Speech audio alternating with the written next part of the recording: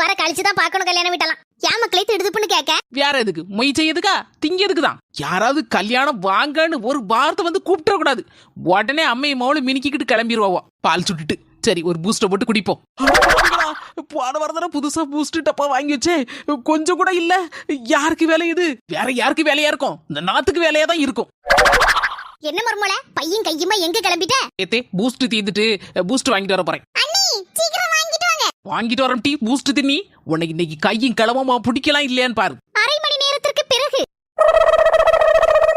இருக்கவே இருக்கு சிவப்பு கலர் மொளாத்தப்படி பூஸ்ட் கூட கலந்துற வேண்டியதான். இப்ப தெரிஞ்சு போவோம் அது திருட்டு போன நாத்துதான்னு. அது பூஸ்ட் திங்க போவா, இந்த மாமியார் எங்க போகுது? அது எங்கேயாவது வெளியே போகுமா இருக்கும்.